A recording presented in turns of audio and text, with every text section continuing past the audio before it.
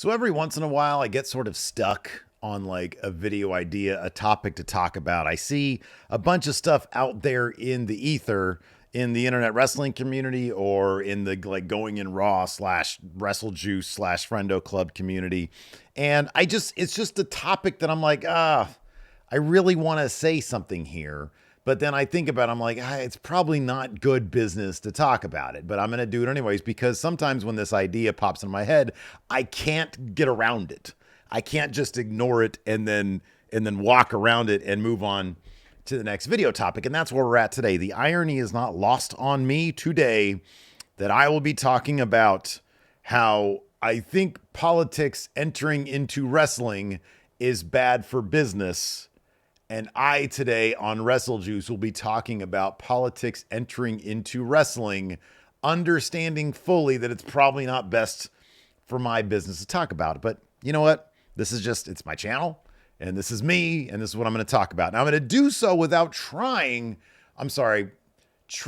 to not go too heavy-handed on my own personal politics. I don't think anybody really wants to know about that stuff.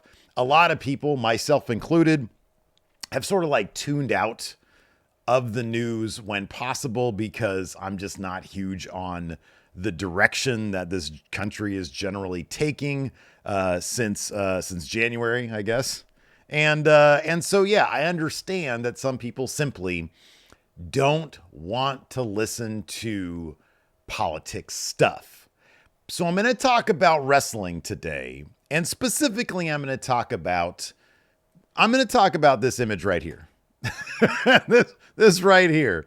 This tweet from RFK, who said, met today with Triple H and Stephanie McMahon is strategize about the upcoming President's Council on Sports, Fitness, and Nutrition. I don't really mind. He's got brain worms. Like, he is the least qualified person ever to run like anything, including most notably the United States Health Department in the government. I don't know what's worse, him or Linda McMahon running the education department, but this guy should not be running anything in our government. And yet here we are. So if you want to know politically where I stand, that's one of my stances. And here's the other thing. I'm sure there are going to be some people out there who like don't agree with things that I say in this video. And if you can't be civil in the comments, if you're just going to straight up be some sort of troll, I'll know that you're not going to be able to post comments. And I won't respond. I'm not going to give you any air. I'll just hit the little button that says hide user from comments. I won't be affected. I won't be triggered. It's just one button, then you'll be gone, and that's it. So just forewarning, if you're going to be a dick in my comments, then you're going to be gone. If you're going to be a dick over it, the Reddit juice, the subreddit for Wrestle Juice, then you're going to be gone there as well.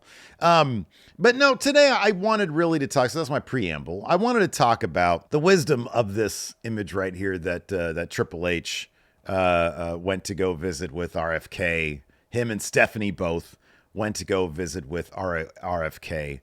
About whatever this the Sports Fitness and Nutrition Council is going to be. I don't know what it's going to be. I really don't care either because I don't think they're serious people. Jim Cornette had a response to Triple H, of course, on Twitter. Triple H said, "Thank you for having us, Secretary Kennedy, always striving to do whatever we can to help make our nation's youth as healthy as they can be." And then, of course, good old Jim Cornette, noted fellow leftist, said, then perhaps don't help give credibility to a former heroin addict with a brain worm who eats roadkill and works tirelessly to take America back to a simpler time when now curable diseases killed large numbers of children. If you really want some info on this, just Google RFK measles and RFK autism, and you'll see what he's talking about here. And I'm with Jim here. But I wanted to talk today more about the wisdom of this right here, what Triple H is sort of doing these days, and TKO in general is kind of doing these days when it comes to what could be perceived of as a relatively as a not insignificant embrace of the Trump administration, of the MAGA culture, and trying to infuse the WWE with that. And I'm sort of like curious. I broke down here a couple reasons like why he would be doing this when it seems like it would simply be bad business, given how polarizing the current political climate is, and especially given that there have been multiple studies to suggest that the WWE audience is largely a left-leaning audience. It is sort of morphed. I saw one comment on a subreddit somewhere where people, somebody had said, and this tracks, this sort of sounds right. It sort of moved away from this sort of like, excess 80s machismo conservative fan, more towards like, it's kind of a geeky thing to like. It's trash niche entertainment, albeit in the form of $1 billion company. It's big business, but it's also more along the lines of niche entertainment than it is, like a geek culture, than it necessarily is like the UFC, which according to a recent study, according to Nick Khan, I think recently said this, or Ari Emanuel, one of the dudes at TKO, said that there's only like a 13% overlap between UFC and WWE, their fan bases. I whenever I watch UFC, I love to watch the actual combat sports. I think they're wildly fun. They could be really interesting to watch. Back in the day when like Anderson Silva was the man, I used to go over to Hilton's house all the time. We'd watch the UFC shows there. I don't really pay much attention these days, largely because, well, two reasons. Number one, it's like expensive to be a fan of the UFC, much like it's expensive just to watch that shit. Like you have to get ESPN Plus, and then you have to pay like upwards of $100 for the actual pay-per-views. And I have no desire to sit there and figure out how to illegally stream that stuff. So I'm just sort of out of the loop when it comes to UFC. But it's nothing that I'm not opposed to or anything. But it's also clear that the UFC's audience, given the embracing, the hardcore embracing of the MAGA movement by the UFC, Dana White, obviously big Trump guy, Trump himself has been to many UFC shows, and a lot of their fighters have vocally embraced that movement as well.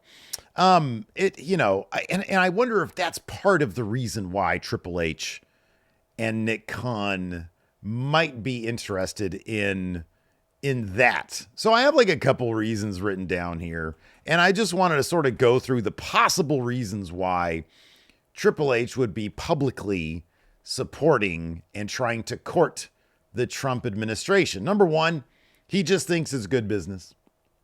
He's trying to maybe he thinks he has, hey, you know what? We've got this portion of the audience on lock. Let's try to grab some of that UFC audience and grow our demographics, grow the business model. And if they see me out here, nobody's going to stop watching because of this.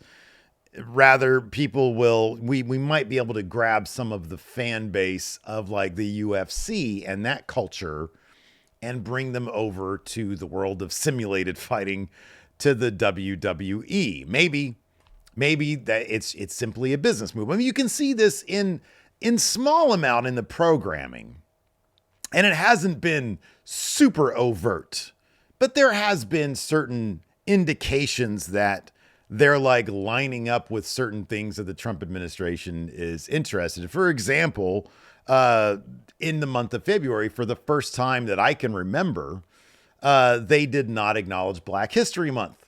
Typically, this is a thing they do for 4 weeks every February, where they spotlight black wrestlers from the past.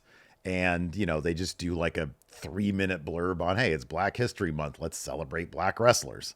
And there was none of that this year. It was the first year that I can remember that wasn't acknowledged. They bring in Tony Hinchcliffe to do, fresh off of his Madison Square Garden appearance, which was pretty controversial. I mean, it was like 6 months later, but he told some jokes there that many considered highly offensive, myself included. But on the flip side of that, he also has just a straight up really popular podcast. He's known for being a roast comedian, so why not have the most well-known roast comedian do the roast of WrestleMania. There is always a flip side to this stuff. You also have American Made, the faction, which has a very sort of MAGA look to it lately. Brutus Creed has been wearing like a red headband in the MAGA font that says American Made. But they're also booked pretty weak. You know, like Chad Gable loses a lot. The Creed brothers aren't really that much of a factor like in the tag division.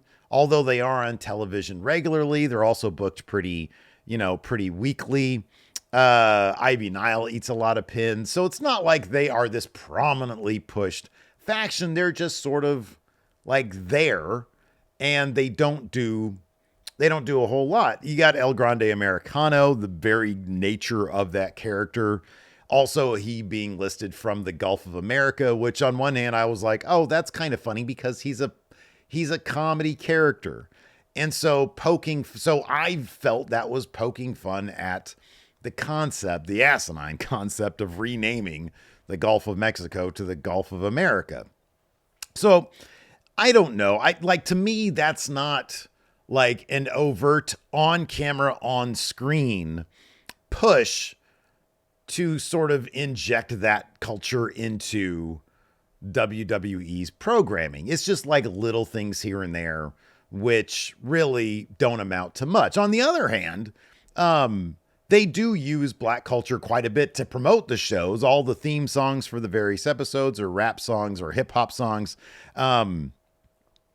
It seems like there is some interest to reach the black demographic for the WWE as well. And if you look at NXT, for example, there's a lot of black talent push there. Their top 3 stars at this point are Obafemi, Trick Williams, and Javon Evans. And I do honestly think, regardless of Triple H's booking over the past couple of years, that they are probably going to be pushed pretty prominently once they get to main roster. Both the sets of tag team champions, the New Day, Street Profits, obviously. There's a number of black women who are pushed prominently on main roster as well. Naomi just won Money in the Bank. Jade Cargill gets a big push. Bianca Belair, sometimes, referred to as, Bianca Cena or Lil Bianca wins because she is pushed so heavily. So you can look at this from like a wide variety of views. Maybe it's not a terrible idea to see if you can grab as many demographics as you possibly can. Maybe the thought is that's good for business as long as you're not too overt with pushing stuff that could be potentially polarizing or off-putting to a left-leaning demographic. Maybe the idea is, hey, if I try to do this subtly, I'm not exactly sure how subtle this is necessarily, but regardless. So yeah, I mean, that's a possibility that maybe he just thinks is good for business. I think there's also the possibility that like he wants that respect for the WWE to be seen as a legitimate, respectable, money-making form of entertainment. No WWE wrestler has ever been, nor do I think they ever will be, nominated for an Emmy Award, for example. WWE is not exactly prestige television. I think the Bloodline storyline was the closest they ever got to presenting something that's like, oh, wow, this is actually really, really good. And the performances are really, really good, but nothing's really reached that level since then. And I don't know anything will reach that level in the near future, looking at the landscape right now. But it's entirely possible that he's thinking, hey, right now we have the president of the United States, regardless of what people think of him, he is the president, who is a WWE Hall of Famer. And why not use that to show, hey, you know what? Advertisers, and because it's not that long ago that advertisers grossly undervalued WWE's advertising power, their prowess, if you will.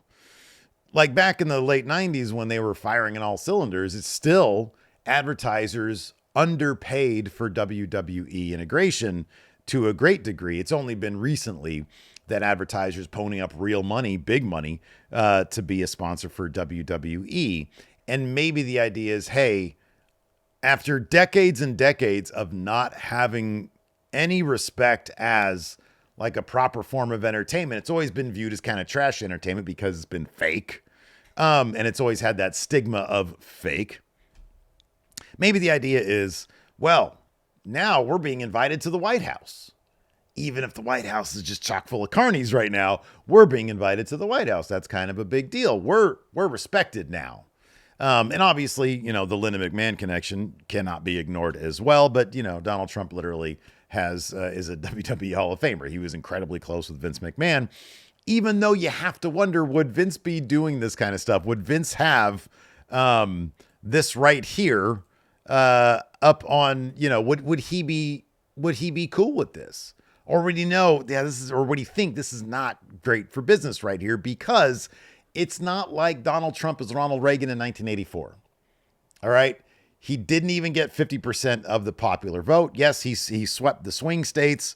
It was a really weird election, and I'm not taking anything away from the fact that he won. People were pissed off with the Biden administration, and I was one of them. I'm not a fan of Biden either, but I was a bigger hater of Donald Trump going back to his first term, and I think this has been even worse. But sorry, I said I wasn't going to talk about my politics, but yeah, fuck that guy. Anyway, sorry. Well, hold on a second. Reagan in 84, if you guys don't know, won 49 out of 50 states. The only state he didn't win was Minnesota, which was his opponent Walter Mondale's home state. So he cleaned up 49 out of 50 states, which will never happen again. But it's one thing if WWE was trying to curry favor with an administration that is like universally across the country loved.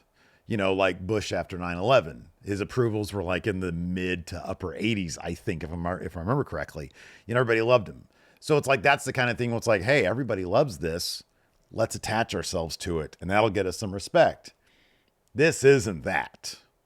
Donald Trump's approval ratings a waffle between, I saw one Quinnipiac poll at like 38%. I saw one today that it's like at 45%. Those are not good numbers. He's not a popular person. He's popular with a certain segment of the country, but as we've seen over this weekend, millions turned out in protest of the guy. And then you see the military parade that he had, and it was like just sort of not very well attended at all. It was kind of a limp situation there.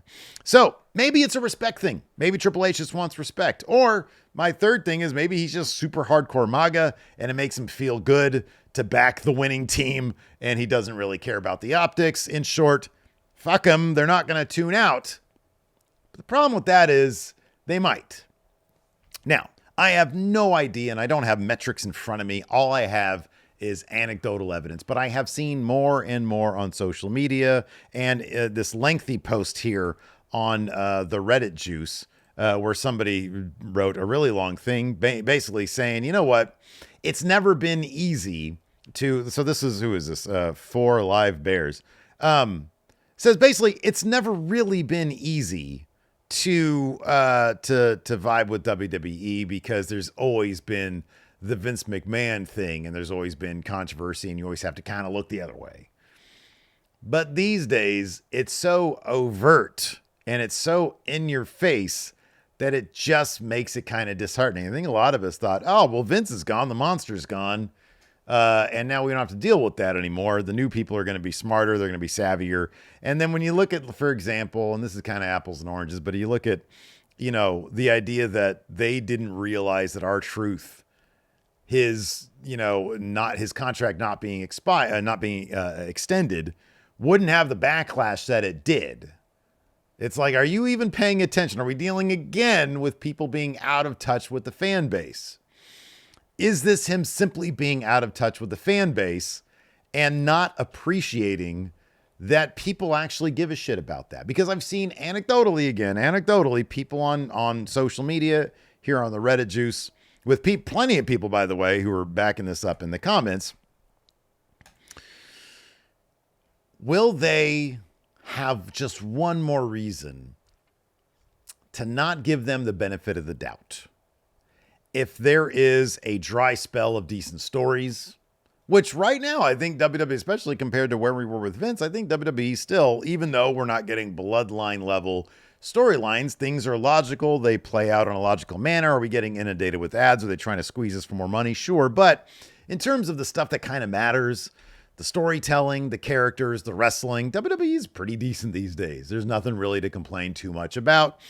We're at a point where, hey, they're kind of like there's a floor to the quality, and it's not nearly as bad as it used to be. So we can critique, we can place a heavier emphasis on critiquing logical stuff than we used to be able to. And back in the day, it was like Vince has no idea what he's doing anymore. But you don't want to give your audience a reason to fuck off. If you lean too hard into this stuff, you risk apathy.